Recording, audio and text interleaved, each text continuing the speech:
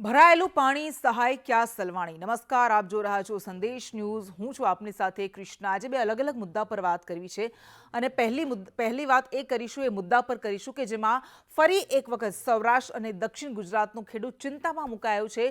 તેના કપાળ પર અત્યારે ચિંતાની લકીરો છે અને એની પાછળનું કારણ એ નથી કે વરસાદ વરસ્યો નથી, પણ એની પાછળનું કારણ એ છે કે વરસાદ વધારે વરસી ગયો છે।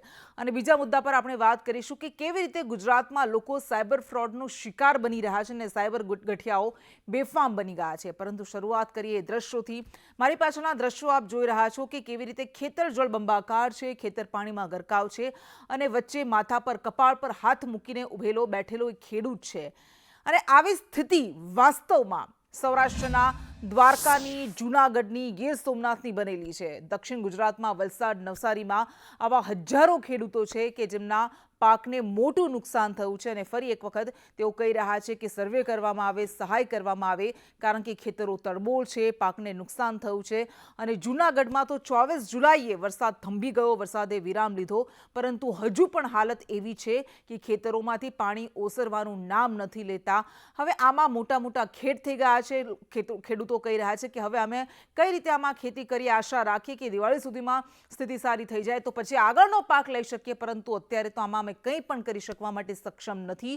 તો આવી જ કંઈક સ્થિતિ અન્ય જિલ્લાઓના ગામડાઓની પણ છે। આણંદના પણ કંઈક એવા જ દ્રશ્યો સામે આવી રહ્યા છે, કારણ કે આપણે જોયું કે આણંદના બોરસદમાં આ વખતે જળબંબાકાર થયો, ખંભાતમાં પણ મોટા પાયે નુકસાન થયું છે અને ડાંગરનો ઊભો પાક એ તબાહ થઈ ગયો છે। એટલે સર્વે કરવામાં આવે, સહાય કરવામાં આવે। સરકારે પણ 2 દિવસ પહેલા એ જાહેરાત કરી કે સર્વેની કામગીરી કરવામાં આવશે। જોકે એને લઈને પણ કેટલાક સવાલો ઉઠી રહ્યા છે, કારણ કે આ વખતે ખેડૂતોને કહેવામાં આવ્યું છે તમે અરજી કરો, તમે ફોટોગ્રાફી બુક કરો, તમે વિડીયોગ્રાફી કરો, અને એને લઈને પણ કોંગ્રેસ દ્વારા સવાલ ઉઠાવવામાં આવી રહ્યા છે। પરંતુ આ બે અલગ અલગ દ્રશ્યો જે મેં આપને બતાવી રહ્યા છે, એક તરફ આણંદના ખેતરોના દ્રશ્યો છે અને બીજી બાજુ જૂનાગઢના દ્રશ્યો છે, બંનેમાં એક સામ્યતા દેખાઈ રહી છે।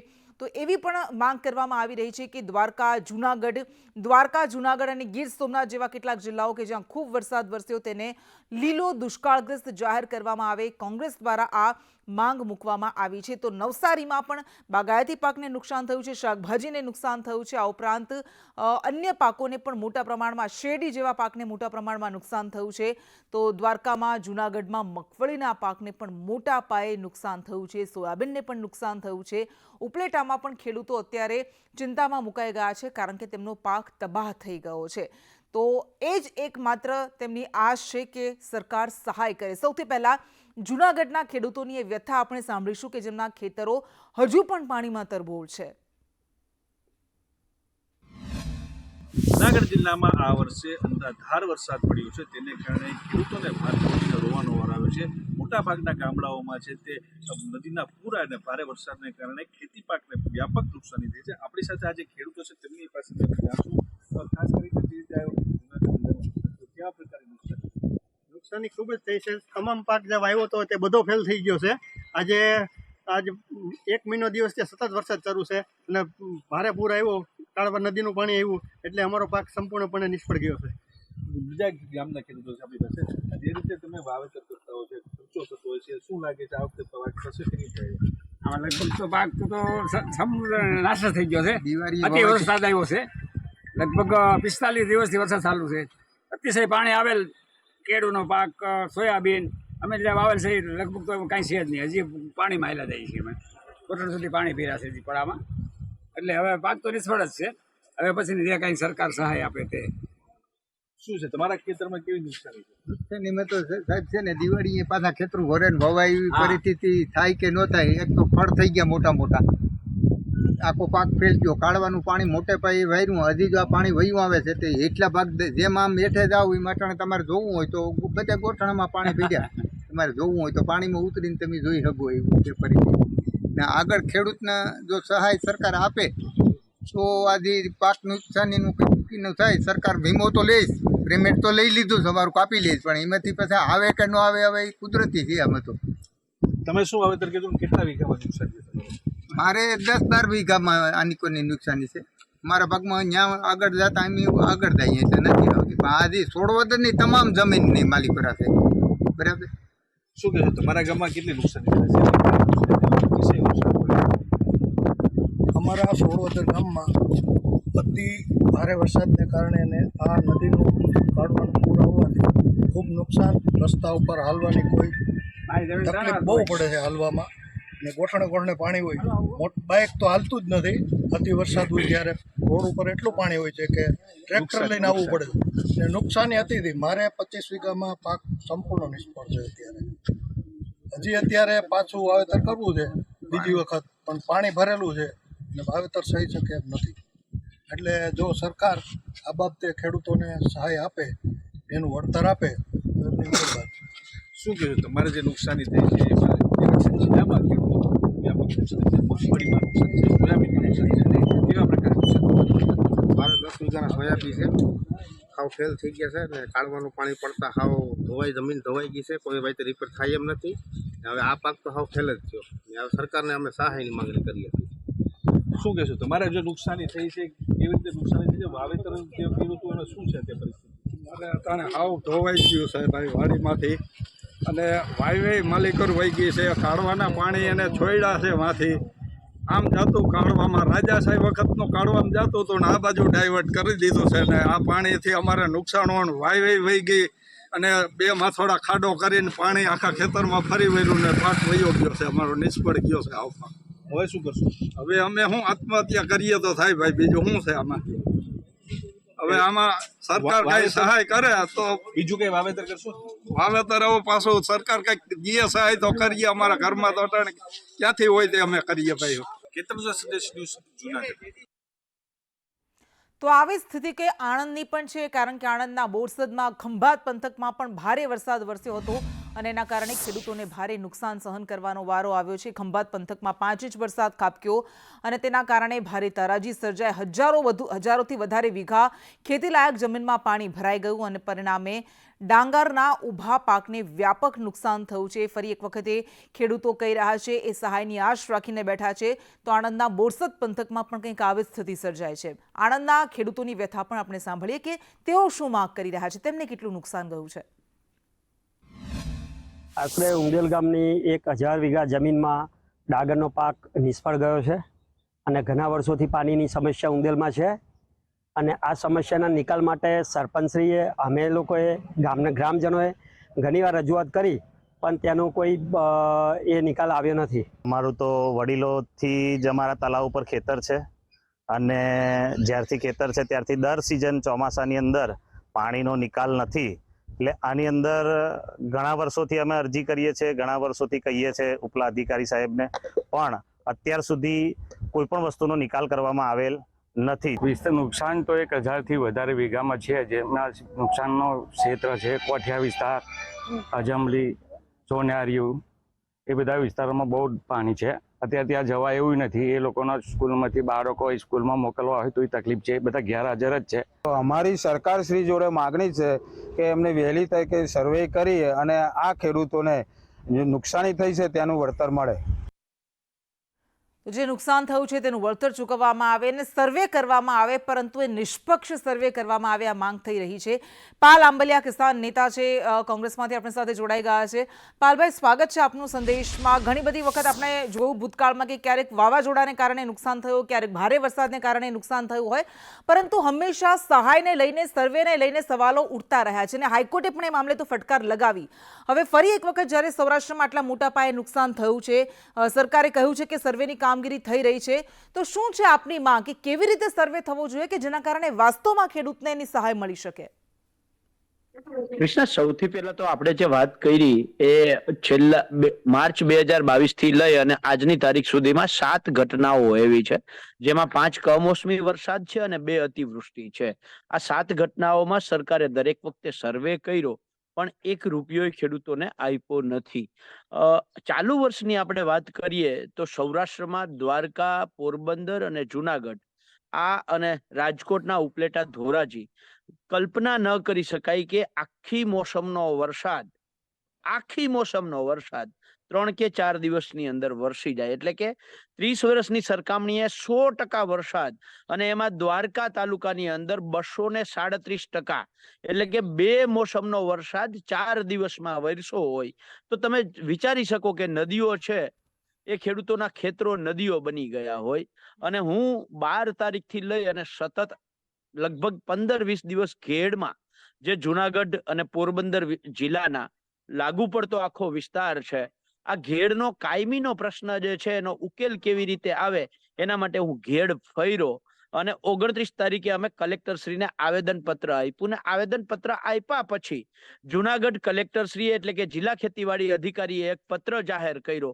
આ પત્રના આધારે એની નીચેની કેડરના જે નોડલ ઓફિસરો છે એને ગામે ગામ એક નોટિસો ચીપકાવી અને નોટિસોમાં એવું કહ્યું કે આ ખેડૂતોએ જાતે અરજી કરવાની છે. અરજીમાં ખેડૂતોએ, તમે માનશો નહીં, એવું કહ્યું કે ડિજિટલ એટલે કે જીપીએસ કોઓર્ડિનેટ વાળા, અક્ષાંશ રેખાંશ વાળા, જેમાં ફોટો આવે, જેની અંદર લોકેશન આવે, આવો ફોટો પણ અરજીમાં સાથે લઈ આવવાનો છે. તો શું બધા ખેડૂતો આવા મોબાઈલ વાપરતા હશે? સરકાર આવું માનતી હશે? ખેડૂતો પાસે આ ફોટા શક્ય જ ના હોય, તેમ છતાંય આવા ફોટા માંગવામાં આવ્યા. બીજું, 24 તારીખથી વરસાદ બંધ થયો છે. 29 તારીખે 5-6 હજાર ખેડૂતો જુનાગઢ કલેક્ટર કચેરીએ જાય છે, પછી આવો આદેશ છૂટે છે અને એમાં 5 દિવસ અરજીઓ મેળવવાની તારીખ આપવામાં આવી છે. એટલે ટોટલ થયા 10 દિવસ. પહેલા 5 દિવસ ગયા, પછી 5 દિવસ અરજીઓ મેળવશે એટલે 10 દિવસ ગયા, અને પછી આખા ગામમાં જ્યાં, અને ઘેડ વિસ્તાર એવો છે કે ત્યાં બધા જ ગામોમાં નુકસાન છે. તો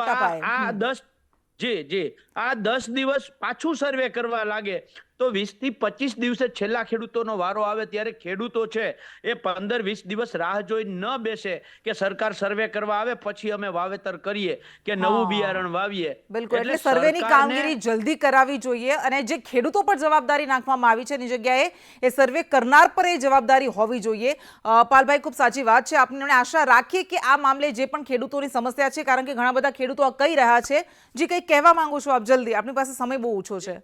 જે કૃષ્ણા, આ જેને કામગીરી કરવાની છે ને એને કરવી જોઈએ એમ નહીં, એમની ફરજ છે.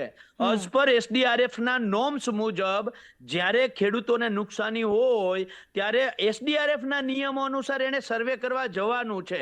એમાં અરજીની રાહ જોવાની નથી, એમણે ફોટા મંગાવવાના નથી, પણ જે પોતાએ કામ કરવાનું છે એ કામ કોઈ પણ રીતે વિલંબમાં નાખે છે અને સરકાર ક્યાંક ને ક્યાંક સર્વેના નામે માત્ર નાટક કરે છે એવું બહુ. એટલે આવા શબ્દો કંઈક ગુજરાત હાઈકોર્ટ પણ આપણે સાંભળ્યું હતું કે લતાડ લગાવી ચૂકી છે. એટલે આશા રાખીએ કે હવે કંઈક શીખવામાં આવે અને એવું ન કરવામાં આવે કે ઓફિસમાં બેઠેલા સર્વેયરો એ સર્વે કરી દે અને ખેડૂતોને કંઈ જ ન મળે. પાલભાઈ, ખૂબ ખૂબ આભાર આપનો સંદેશ ન્યૂઝ સાથે વાત કરવા માટે. અને ડિજિટલ ઇન્ડિયાની ઘણી મોટી મોટી વાતો કરવામાં આવી. વાસ્તવમાં એક હેતુ હતો, સારો ઈરાદો હતો, પરંતુ શું ડિજિટલ ઇન્ડિયા સામે, સાયબર ફ્રોડ સામે શું એ સુરક્ષા આપી શકાય છે? નથી આપી શકાય. અને એ જ કારણ છે કે ગુજરાતમાં જ એક જ વર્ષની અંદર 650 કરોડ ગુજરાતીઓએ ગુમાવ્યા છે. ગુજરાતમાં દર 1 કલાકે 13 લોકો સાયબર ફ્રોડનો શિકાર બને છે. દર દિવસે, એક દિવસે 333 લોકો સાયબર ફ્રોડનો શિકાર બને છે. ક્યાંક સોશિયલ મીડિયામાં એ ફેક અકાઉન્ટ્સ બનાવવામાં આવે છે અને એના થકી પૈસાની ઉઘરાણી કરવામાં આવે છે, પરંતુ મોટા ભાગે લોકો સાથે એવું થાય છે કે એમને કોઈ લિંક મોકલવામાં આવે છે, એમને ઓટીપી મોકલવામાં આવે છે અને લોકો કે જેઓ આ બધી જ માહિતીથી એટલા બધા જાણકાર નથી હોતા એ ઓટીપી આપી દે છે, લિંક પર ક્લિક કરી દે છે અને થોડી જ સેકન્ડ્સમાં, થોડી જ મિનિટમાં એમના ખાતા સાફ થઈ જાય છે. હજારો લાખો રૂપિયા ગાયબ થઈ જાય છે અને પછી થાય છે એ રૂપિયા પાછા મેળવવા માટેની જદ્દોજહદની શરૂઆત. ક્યારેક પાછા મળે છે અને ક્યારેક મહિનાઓ વીતી જાય છે, તેમ છતાં પણ પાછા નથી મળતા. અને એવું નથી કે માત્ર સામાન્ય લોકો તેનો શિકાર બને છે, પરંતુ મોટા મોટા નેતાઓ, અધિકારીઓ અને ઉદ્યોગપતિઓ પણ તેનો શિકાર બન્યા છે. ગૃહ રાજ્યમંત્રી હર્ષ સંઘવીનું ફેક એકાઉન્ટ બનાવી દેવામાં આવ્યું. આઈપીએસ હસમુખ પટેલનું ફેક એકાઉન્ટ બનાવી દેવામાં આવ્યું. ઉર્જા મંત્રી, નાણામંત્રી કનુ દેસાઈનું ફેક એકાઉન્ટ બનાવી દેવાય છે. તો સામાન્ય લોકોની તો આમાં શું વિસ્તાર, એ લોકો ક્યાં જાય, સૌથી મોટો સવાલ થાય. અને આખરે આવું શા માટે વધી રહ્યું છે એ પણ આપણે જાણવાની કોશિશ કરીશું. આપણી સાથે ભારતીય જનતા પાર્ટીમાંથી મનન દાણી જોડાઈ ગયા છે. મનનભાઈ, સ્વાગત છે આપનું સંદેશમાં. સૌથી પહેલા જે આંકડાઓ આપને કહ્યા કે એક જ કલાકમાં 13 લોકો શિકાર બને છે, એક દિવસમાં 333 લોકો શિકાર બને છે, પરંતુ સૌથી વધારે ચિંતાની વાત તો એ છે કે હજારો રૂપિયા ગુમાવે, લાખો રૂપિયા ગુમાવે અને તેમ છતાંય પાછા મળતા નથી. તો આની પાછળનું કારણ શું છે? શા માટે આવા કેસ વધવા લાગ્યા છે ઉત્તરોત્તર? એક તો આપે કહ્યું એ પ્રમાણે કે સાયબર ફ્રોડના શિકારો વધી રહ્યા છે. અત્યારની જે વિકૃત મગજની જે જનરેશન જે અત્યારે છે એમને એવું છે કે બહુ શોર્ટ ટાઈમમાં પૈસા કમાઈ લેવા છે. એટલે ક્યાંક ને ક્યાંક એ લોકો શું કરે છે કે કોઈ પણ પોલિટિશિયન હોય અથવા તો કોઈ જાની માની વ્યક્તિ હોય અથવા તો કોઈ અધિકારી હોય, કોઈ મોટા વ્યક્તિ હોય, એમનું ફેક એકાઉન્ટ બનાવી લે છે અને ફેક એકાઉન્ટ બનાવીને પછી મેસેન્જરના માધ્યમથી એમના પરિચિત લોકો, એમના જે મ્યુચ્યુઅલ ફ્રેન્ડમાં અથવા તો ફ્રેન્ડ લિસ્ટમાં જે લોકો એમને એડ કરીને એમની જોડે પૈસાની માગણી કરતા હોય છે. એમની જે જીવન જરૂરિયાતની વસ્તુઓને સંતોષવા માટે થઈ અથવા તો એમની કંઈક એક્સ્ટ્રા ઓર્ડિનરી કોઈક વસ્તુઓ હશે કે જેમને પહોંચી નહીં વળતા હોય, એવી સ્થિતિમાં આ વિકૃત ભરેલું પગલું એ લોકો લેતા હોય છે અને ફેક આઈડી બનાવીને લોકો જોડેથી પૈસા માંગતા હોય છે. પહેલી તો વસ્તુ એ કે આને નાથવા માટે જ્યાં સુધી વાત છે ત્યાં સુધી ફેક આઈડીને રિપોર્ટ કરી શકાય છે અને મલ્ટિપલ રિપોર્ટ થવાથી આઈડી બંધ થતું હોય છે. સૌથી મોટો રસ્તો આ જ હોય છે. બીજું કે આ જે કંપનીઓ છે એ ઇન્ટરનેશનલ કંપનીઓ છે.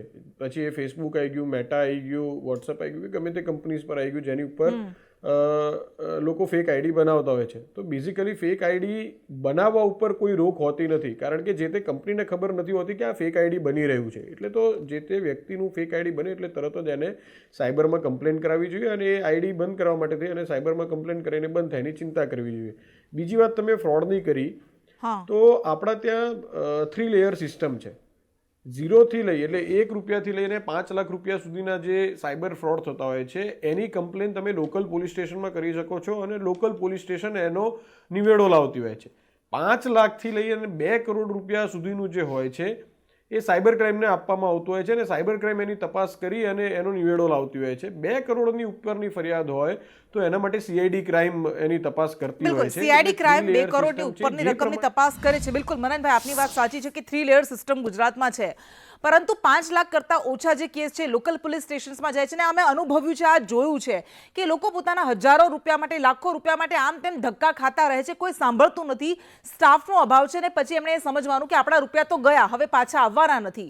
તો તમને નથી લાગતું કે આ સિસ્ટમને સુધારવાની જરૂર છે? વાત કરાવી અને એમને કમ્પ્લેન નોંધી અને લોકલ પોલીસ સ્ટેશનમાં જે કમ્પ્લેન થવાની હતી લોકલ પોલીસ સ્ટેશન એને શોધી અને લગભગ 7 થી 8 દિવસમાં પૈસા પાછા પાડ્યા છે. એટલે આવા સેંકડો કેસીસ છે કે જેમાં લોકલ પોલીસ સ્ટેશન જે તે વ્યક્તિ અથવા તો જે તે માધ્યમેથી ફ્રોડ થયું હોય છે માધ્યમને પકડીને અથવા તો જે તે વ્યક્તિને પકડી એમને શોધી અને પૈસા પાછા અપાવતી હોય છે. ક્યાંક ને ક્યાંક કદાચ હોઈ શકે કે કદાચ કોઈક જગ્યાએ સ્ટાફ ઓછો હોઈ શકે, એમાં પણ હું ના નથી પાડતો આપને, હું એવું તો સદંતર પણ એવું નથી કહેતો કે બધી જગ્યાએ સ્ટાફ પૂરતો છે, પરંતુ ક્યાંક કદાચ સ્ટાફની કમી હોઈ શકે પણ એના લીધે લોકોને વેઠવું પડતું હોય છે, એવું થતું નથી. મહદ અંશે લોકોના પૈસા પાછા મળે જ છે. મેં પહેલા પણ કહ્યું કે કદાચ થોડું મોડું વહેલું થઈ શકે, કારણ કે ક્યાંક ને ક્યાંક એના આઈપી એડ્રેસ શોધવાનો હોય છે અને ટ્રેક કરવાનું હોય છે માધ્યમથી, કદાચ ગુજરાતની બહાર હોય તો બીજા સ્ટેટની પોલીસને પણ જાણ કરવાની હોય છે, એ બધું થતું હોય છે.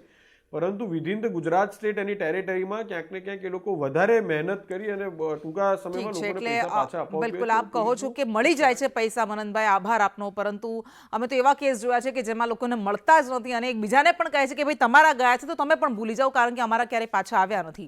હેમાંગ રાવલ કોંગ્રેસમાંથી આપણી સાથે જોડાઈ ગયા છે. હેમાંગભાઈ, સ્વાગત છે આપનો સંદેશ ન્યૂઝમાં. શું એવો બદલાવ લાવવાની જરૂર છે? ડિજિટલ ઇન્ડિયાની વાતો આપણે કરીએ છીએ, એક સારું કદમ છે, પરંતુ બીજી બાજુ સુરક્ષા પણ તો આપવી પડશે ને. તો તમને શું લાગે છે શું કરવાની જરૂર છે એ મામલે? ગુજરાતની સહકારી બેંકો ઉપર સાયબર એટેક થયો છે અને સમાચારો મુજબ 5000 કરોડથી વધારે વ્યવહારો જે છે એ અટકી ગયા છે. ગુજરાત સ્ટેટ કોઓપરેટિવ બેંક હોય કે એની સાથે સંકળાયેલી 150થી વધારે અર્બન બેંકો હોય કે જિલ્લા બેંકો હોય, તેના ખાતેદારો, ખેડૂતો, મહિલાઓ અને યુવાનો કે જે લોકો પોતે PhonePe, Google pay, RTGS, IMPS જેવી સેવાઓ વાપરીને, યુપીઆઈ જેવી સેવાઓ વાપરીને ડિજિટલ ઇન્ડિયાના સપનાને સાકાર કરી રહ્યા હોય, તેઓ છેલ્લા 3 દિવસથી પરેશાન થઈ રહ્યા છે અને હજી સુધી બેંકોના સત્તાધીશો કોઈ પણ પ્રકારનો ખુલાસો કરતા નથી. ગ્રાહકો બેંકોમાં જાય છે તો સંતોષકારક જવાબ નથી મળતો. સૂત્રોના જણાવ્યા મુજબ આ સોફ્ટવેર છે એ 3 ગણી ઊંચી કિંમતે વસાવવામાં આવેલા છે અને આ સોફ્ટવેરના પેટા કોન્ટ્રાક્ટો જે છે એ બેંકોના સત્તાધીશોના મળતિયાઓ અને બેંકોના સત્તાધીશોના કુટુંબીજનોને આપવામાં આવ્યાની પણ વાત બહાર આવી છે.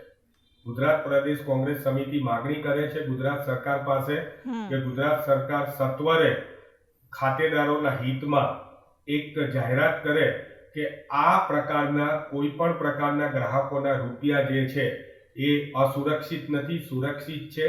હેકર્સોએ કોઈ પણ પ્રકારના રૂપિયા ઉઠાવી નથી લીધેલા આવી જાહેરાત ગુજરાત સરકારે કરવી જોઈએ અને ખાતેદારોના વિશ્વાસને વધુ સંપાદિત કરવા માટે થઈને નાણામંત્રી નિર્મલાબેન અને નાણાં વિભાગ અને રિઝર્વ બેન્કે પણ તાત્કાલિક રસ લઈને આ બાબતે ઘટતું કરવું જોઈએ અને જે સોફ્ટવેર કંપની અથવા તો જે લોકો પેટા કોન્ટ્રાક્ટ ચલાવનારા આ બાબત માટે જવાબદાર છે તેમને જલ્દીથી જલ્દી દંડવા જોઈએ અને ગ્રાહકોના આ પ્રકારેના જે પ્રમાણે ગ્રાહકો મુશ્કેલીમાં મુકાઈ રહ્યા છે આ મુશ્કેલી જેના કારણે મુકાઈ છે તે લોકોને આની અંદર કાયદાકીય રીતે સખતમાં સખત સજા પણ થવી જરૂરી છે. જે બિલકુલ હેમાંગભાઈ, આભાર આપનો સંદેશનું સાથે વાત કરવા માટે. એટલે બધા જ પગલાં લેવાની જરૂર છે, જાગૃતિ વધારવાની જરૂર છે, પણ લોકો તો જાગૃત થશે, પરંતુ જ્યારે તેઓ ઠગાઈ જાય ત્યારે સામે તેમને શું સુરક્ષા મળશે એ ધ્યાન રાખવાની જવાબદારી તંત્રની અને સરકારની પણ છે. આશા રાખી કે એમાં સુધારો થાય.